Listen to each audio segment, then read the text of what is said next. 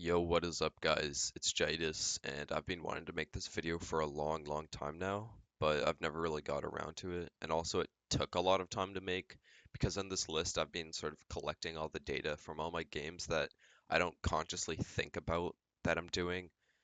But like recently, I've just been sort of thinking how I'm actually playing the game, and I created this list to help you guys. So I've been playing ESL Rainbow Six since season one, and I played Pro League in season two. And I just want to sort of help you guys out who are new to the game because I realize that it's the end of season one, and a lot of people have picked up the game to get like the full content.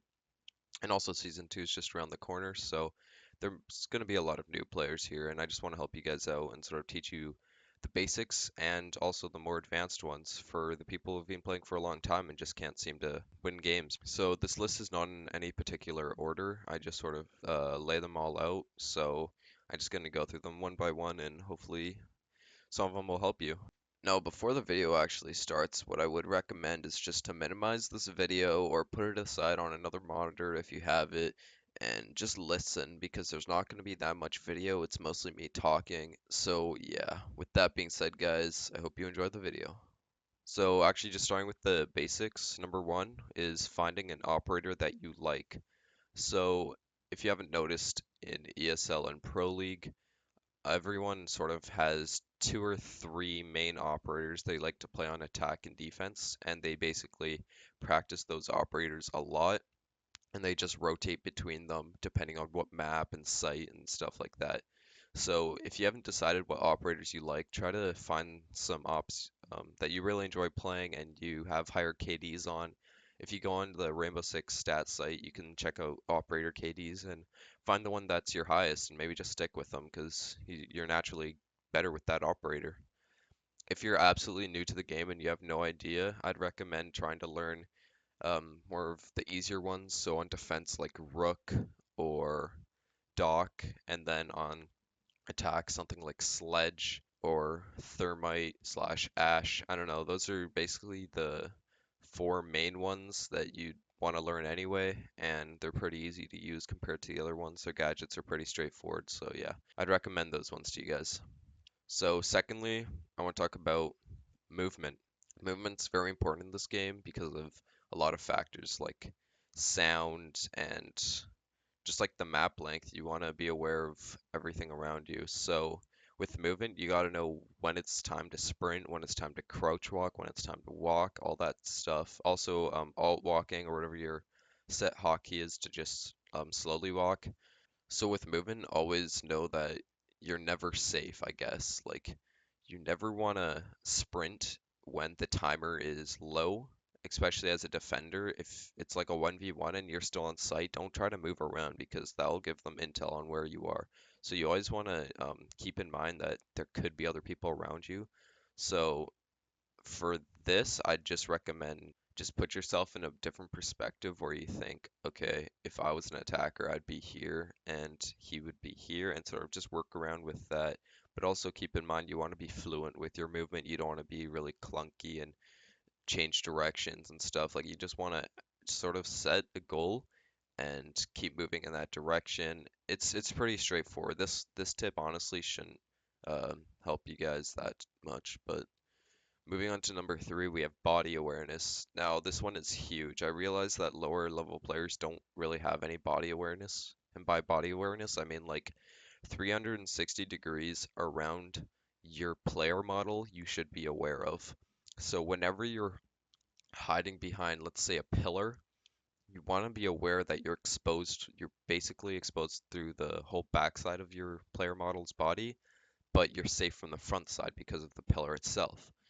And say you're hiding in a corner, you're safe from the back, right, left side, but you're exposed in front of you. Stuff like that. Like whenever you're moving throughout the map, you want to, especially for like roamers, right? You want to be aware of your surroundings and your body awareness. You got to sort of pretend you're in third person, if that makes sense. And say to yourself, okay, where am I vulnerable from? And where am I safe from? And the spots that you're vulnerable from, you always want to be sort of watching, like ADSing, looking down your sights, just making sure no one's going to come through that path, And if they do, you're gonna have the jump on them because you're already watching it. So yeah, body awareness is huge, guys. And if you get that down, if you know where you are, if you know your surroundings and how, you know, if you have an idea where the attackers are coming from and you put yourself in a position where you're safe from that spot, then you're fine. So for number four, this ties into the movement. It's leaning. So leaning is a lot like movement, and it actually applies to body awareness as well. So when you're hiding behind things and you're safe from all angles, you want to use leaning to peek around those corners that you can get the jump on them when you hear them coming in. So leaning is huge in this game. I almost never like go into gunfights just straight up aiming down sights. I always lean, even if it's a horizontal gunfight, I'll probably be leaning. It sort of puts your player model in a different angle, and it's harder for them to hit your head by like just slightly, but it's still something, right? And I don't know, I just find it a lot easier to aim at other people while leaning, although it sounds weird. You just get used to it.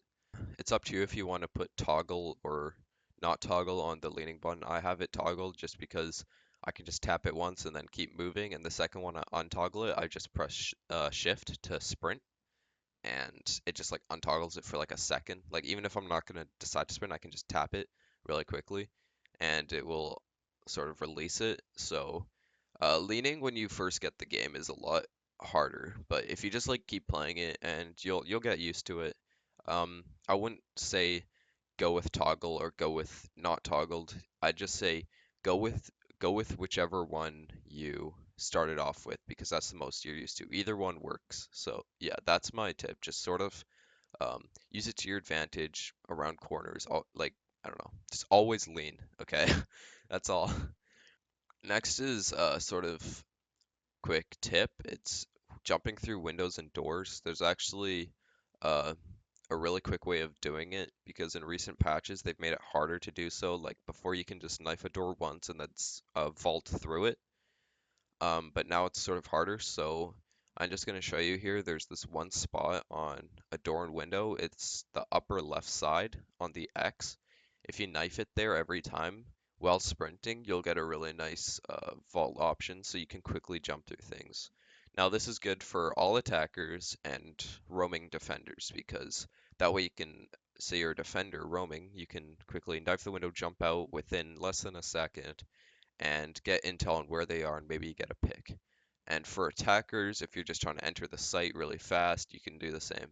So that's that. Next, we have map knowledge and cheeky spots. So knowing the maps in this game is absolutely crucial. Like if you want to become a competitive player or just want to climb the ranks on solo queue, I guess, you really want to learn these maps. There's a lot of them, but what I suggest doing is going into your settings and going to matchmaking preferences and toggle off all the maps that you absolutely hate and don't want to see because then it's less likely you'll actually be queued into them. I recommend taking off favela, yacht, and anything other. I recommend taking off favela and yacht. They're really not that important to learn if you're new to the game, and you're never really going to play them if you keep them off. And if you do get to play them, then just treat it as sort of like a gun game and a practice range, I guess, that you don't really know the map on. But knowing the map, guys, is actually so important. So that comes with time, just playing the game, or you can actually go into a custom game that you made and just run around the map, learn the spots. Personally, that's what I do every new season. So like when this new skyscraper map came out, I went into a custom, ran around, and I learned all the call outs, all the different spots, all the wall bangs. But that takes time as well, guys. So just know that don't stress about map knowledge. If you just keep playing the game, you'll be okay. So for number seven, this one is absolutely huge. It's sound and headset. So I know it's hard for people to upgrade headsets and stuff like that. I've been using this really crappy headset for a while, but I put some money aside and I actually got up a HyperX Cloud 2 and it's been helping me a lot. I'm not recommending this headset to anyone, but I'm saying just if you don't have a good headset, out of anything, out of all peripherals, I would say try to upgrade for a new headset that has 7.1 sound. Another thing is sound in this game is extremely weird because it doesn't come from the direct area that the sound's being made from, it comes from the nearest entrance. So like if I'm standing behind a wall and there's a door off to my right, and then somebody shooting at me directly from the other side of the wall, I won't hear it in front of me. I'd hear it to the right through that door. So I'll show an example of that.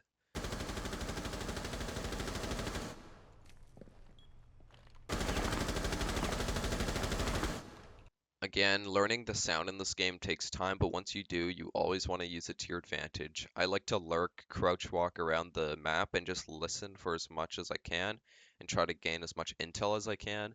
And when I find out, like, okay, that sounds like there's only one guy there, I'll try to approach him and get the pick on him. If there's a lot, you kind of want to back off or hide and let them pass and then peek out from behind. You could get a lot of kills, but yeah, it's just sort of an example, but sound is huge in this game as well. So next we have droning and using cameras. So this is sort of like a substitute if you can't upgrade a headset, because droning and cameras give enough intel that you can even just use that. So for the attackers, you would get two drones, one from prep phase and one from just starting into the game. So you always want to keep your prep phase drone alive. It's better to keep your prep phase drone alive than to actually find the site, but I'd recommend with that drone just sort of in the prep phase, just look around, try to hear where they are, and then leave because you have an idea. Okay, they could be basement, they could be first floor or something, and you're second floor, and you're like, all right, let's just save this drone and we'll use it later. So when the game actually starts, always use your drones before you enter the building. You always want to drone up the first area, make sure it's completely clear, then you can enter the building and work from there. And then you also have your second camera to drone out the sites once you're inside of the building. And that way you don't even have to listen, you'll just see them. Same thing for the defenders, always use cameras. What I like to do is right as prep phase ends, switch over to cameras and go left because that'll put me on the furthest right cameras. Like it'll switch me over to the furthest right cameras, and those are the outside cameras all the time. So I always look at the outside cameras, and personally for me, I've learned where the spawns are, so I'll know exactly where they spawned, which ones got shot out instantly, and that gives me an idea where they're going to be entering from. And from there, I like to roam around those spots and wait for them to enter and get a pick. Also, using cameras mid-game is also important because if they forget to shoot them out and you switch over and see them, then you have a really good advantage that you can peek out and get the kill. Now, for the newcomers, I recommend picking up an ACOG site. This is because it zooms in really close and it's easier to see their head, and it's also easier to get the headshot because it sort of increases the size of their head. It also increases the surroundings, but still, as long as the head's bigger, it's easier to shoot, right? I've been using ACOG since the very beginning, and honestly, it's still the best site. Holosite's right below it, but if you're new, I definitely recommend using the ACOG over anything. Now, the next one ties into using ACOG. It's perfect aim by using the ADS and not hip firing. I know this sounds long, but let me break it down. First of all, a lot of people, whenever I spectate them and I'm dead, they will start to hip fire before they start ADSing. So let's say they see an enemy, they start left clicking, and then as they're left clicking, they start to click right click, which brings them in.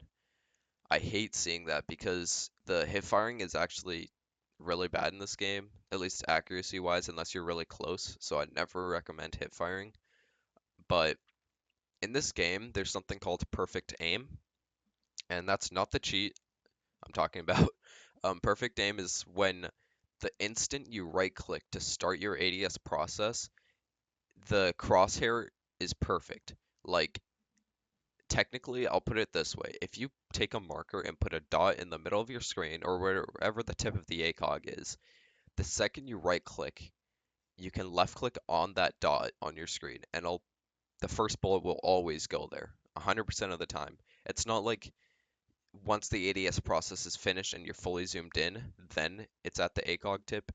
No, it's the second you right click on your mouse and start the ADS process, it's going to be a perfect shot on your first shot right in the center. It's always going to be that.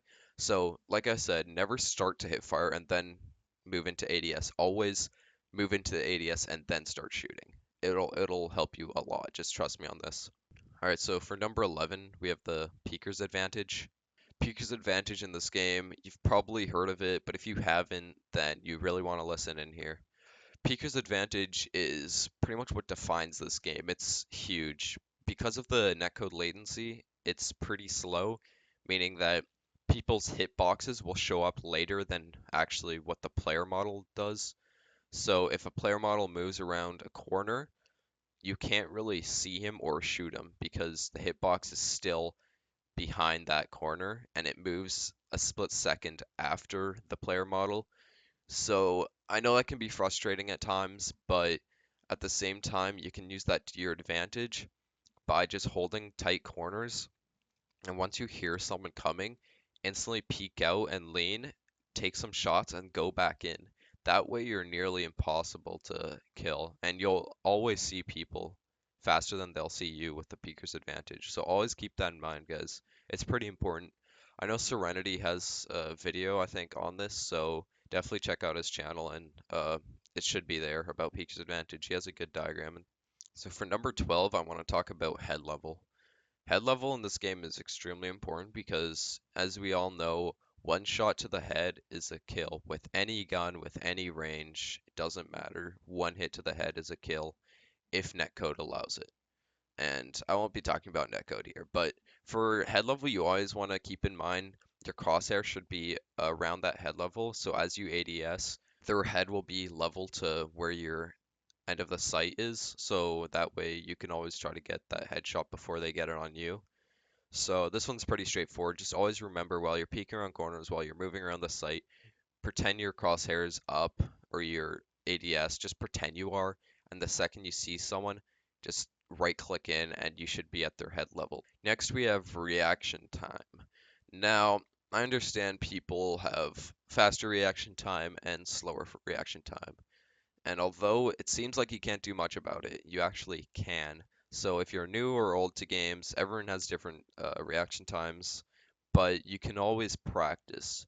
Personally, I play this game called Osu, which really helps my reaction time and aim. It's sort of like my aim training before I get into scrims or anything. I always like to play Osu, but I wouldn't recommend that for you. Uh, what I would recommend is just heading into T hunts and just running around the map on normal mode. So don't make the bots that hard to kill. Just keep them easy and just run around and, and quickly try to turn corners and shoot. And that way, as you turn that corner, you'll see something you got to quickly swipe over to and try to get the headshot. That'll really help your reaction time, guys. And that's honestly all I can say. There's also CSGO maps I know that have it, but if you're gonna do that, make sure you set your sensitivity the same in Siege as it is in CSGO. That way, it won't mess around with your muscle memory. All right, so second last is peripherals. So like I said before with the headset thing, if you can afford peripherals, I definitely recommend upgrading your gear. The main things are, like I said, headset. Secondly, 144 hertz monitor. That'll just make the image cleaner, smoother, and trust me, it just helps it a lot. It's not as jagged as a 60 hertz monitor. Also a keyboard, I recommend mechanical red switches or brown, but any keyboard will do. Just make sure it's more gaming advanced, and also a gaming mouse would help a lot. So those are peripherals, and keep in mind those don't have to be purchased if you want to get good.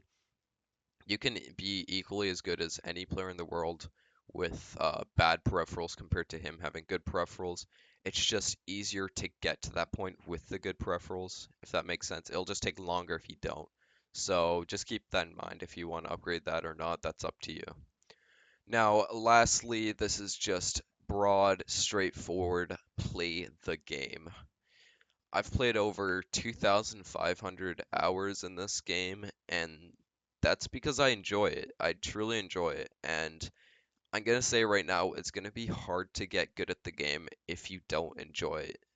Like in League of Legends, for example, I always wanted to be challenger. I always wanted to be the best. I always wanted to get up there. But I couldn't stand playing more than like 4 games back to back. It just killed me. I was like, no, I'm just gonna log out. And that way I could never really grind the solo queue ranks and I couldn't really do anything. But for this game, when I come home, I just sit down, I just want to play it. Like honestly, I could play this game forever. And every day I wake up, I want to keep playing it. I know it sounds weird, but trust me, the more you play the game, the more you like the game, the more you will play the game. And the more you'll play the game, the the more better you'll get just naturally. You'll learn the maps, you'll learn angles, you'll also keep in mind watch your kill cams because you'll know like the spots he's using, and next time you can make sure you won't get shot from that. And use your 360-degree awareness, like if he's not there this time, then where else could he be? You know what I mean? So things like that. But guys, just trust me, play the game. If you enjoy it, that'll help you a lot. If you don't enjoy it, or if you sort of enjoy it, I don't know what to say from there, guys, but trust me, this game's really exciting. It's really fun.